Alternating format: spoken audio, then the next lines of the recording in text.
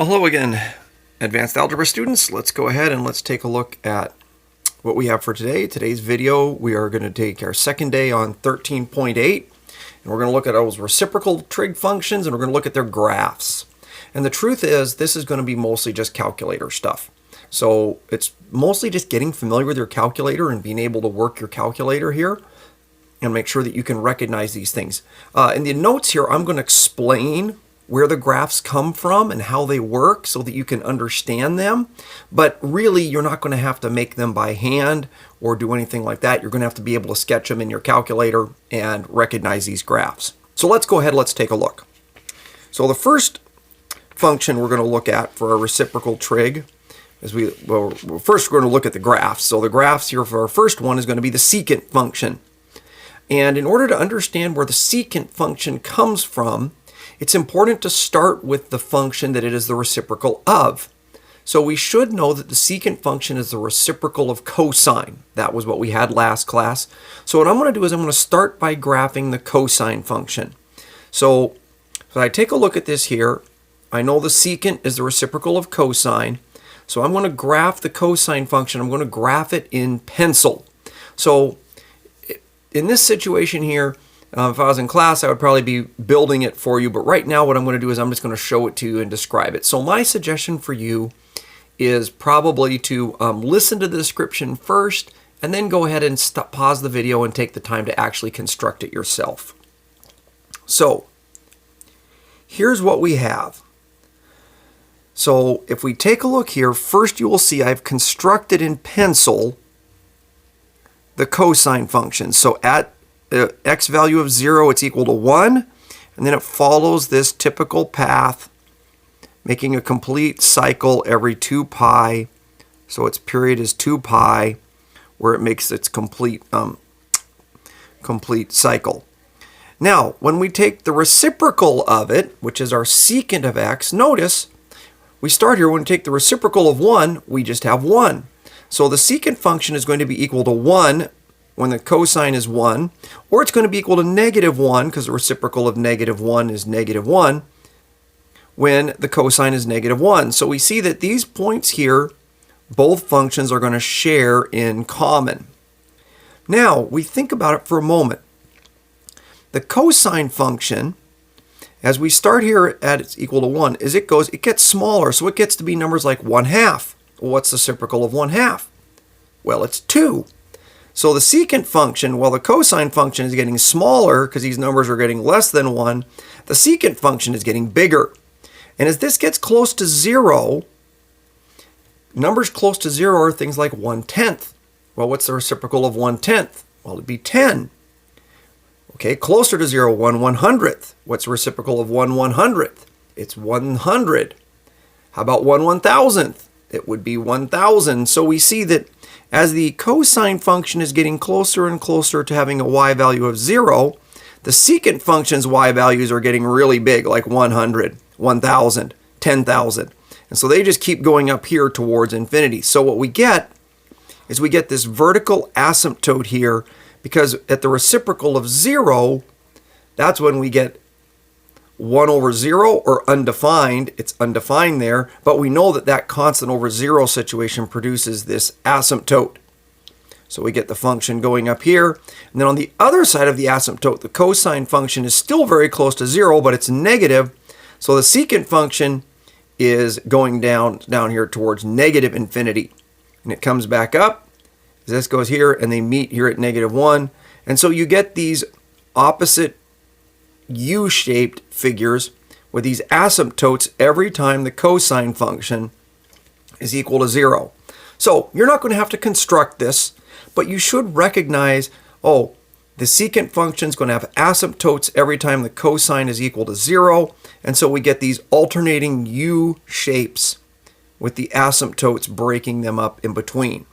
And it's important to recognize the secant function is going to be equal to 1 when the cosine function is 1. So notice here it is centered on the y-axis, and notice it also has a period of 2 pi. It has an upper u and then a lower u, and it takes a whole 2 pi to get through both of those to do a complete cycle, just like the cosine. All right, let's look at the cosecant function. Cosecant function, just like the sine and cosine function, look identical. They're just shifted left and right. The secant and cosecant functions look identical too. They're just shifted left and right. So we know the cosecant is a reciprocal of sine. So we start by graphing the sine function. So here you can see I've graphed the sine function in pencil. And now I'm going to create my cosecant function off of the sine function. So just like before, whenever the sine function is -1 or 1, we see that the cosecant function will be -1 or 1. And we see it forming these alternating U shapes just like before. Here though, my asymptotes are wherever the sine function is 0, which happens at 0, pi, 2 pi, like that.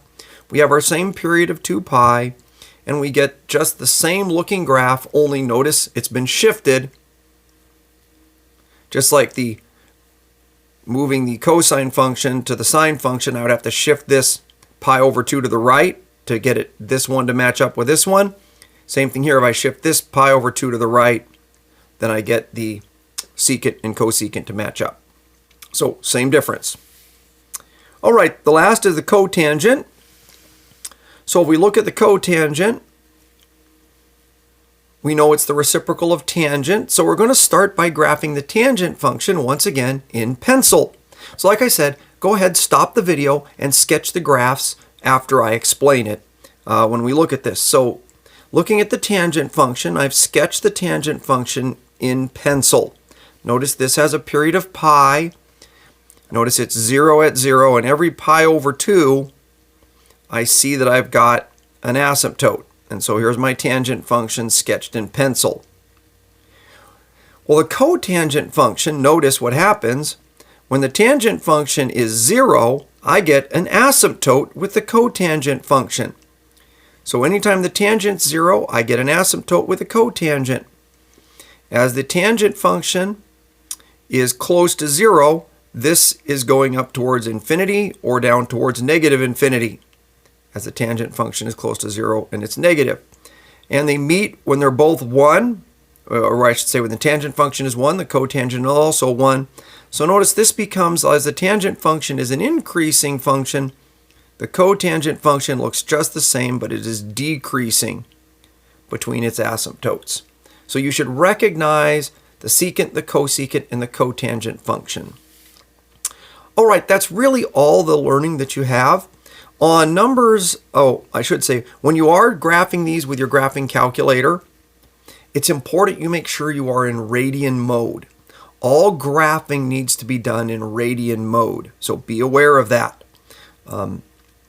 If you're not sure how to change your calculators, for those of you that do have the latest, if you have a blue calculator, one that you purchased new this year, I'll go ahead and show you this with your calculator. If you do have one where it's a blue one, all you have to do is you can just move your cursor. See your cursor there, you can move it up to where it says radian there and click on it, and it will change it immediately to between radian or degree. But for those of you that have a calculator like this one, this is not one of the new ones here that I'm using right now at home. What you have to do is you have to go to your home screen. Your home screen is right here, your home button. Hit the home button. Go over to Settings. Go down to Document Settings. Hit Enter. And then here you'll see the second choice is your angle. You can pick radian, degree, or gradients. Pick the one you want. I'm going to want it in radians. Hit Enter. Then go down here and click that you want to make that default. Hit Enter. It'll say, do you really want to do this? You click OK. And then it goes and makes sure you are in radian mode. If you want to switch to degree mode, that's where you do it. Switch back to degree mode. So that's something you need to be aware of when you're graphing them. On numbers 29 through 26, don't bother. It says to solve it by graphing. Don't bother graphing. Just enter it in your calculator. So for instance, it's asking you just to find the secant or the cosecant or the cotangent of given angles. Just go ahead and enter it in your calculator. Straight on in and enter it in your calculator. And then the other three problems, you will have to recognize graphs. You may use your calculators to do a little matching. Okay, there's your homework, 29 through 36 and 40 through 42. Should go pretty quickly and easily. All right, hope that goes well, and we'll plan on seeing you with tomorrow's video tomorrow.